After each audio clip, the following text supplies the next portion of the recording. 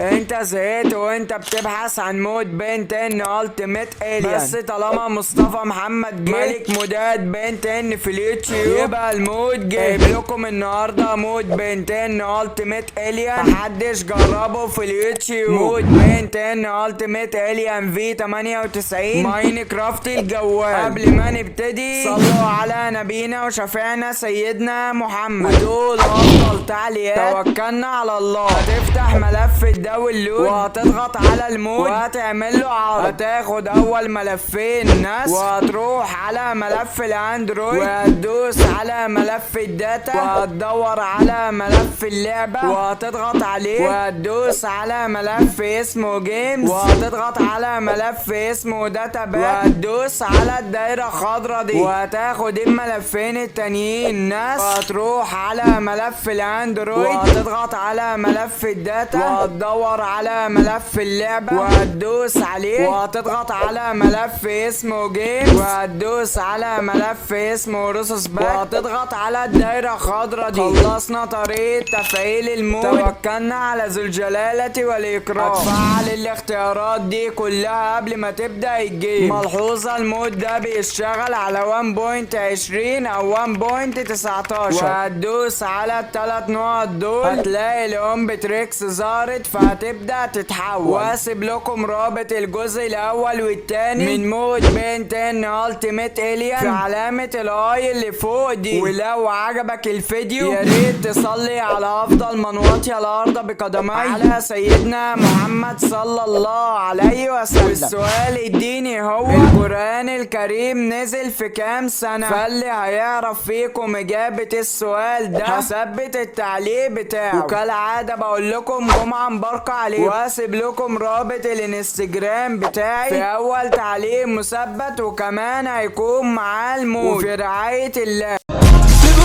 Now I'm serving a Tesla. Going back, shawty with me, yeah,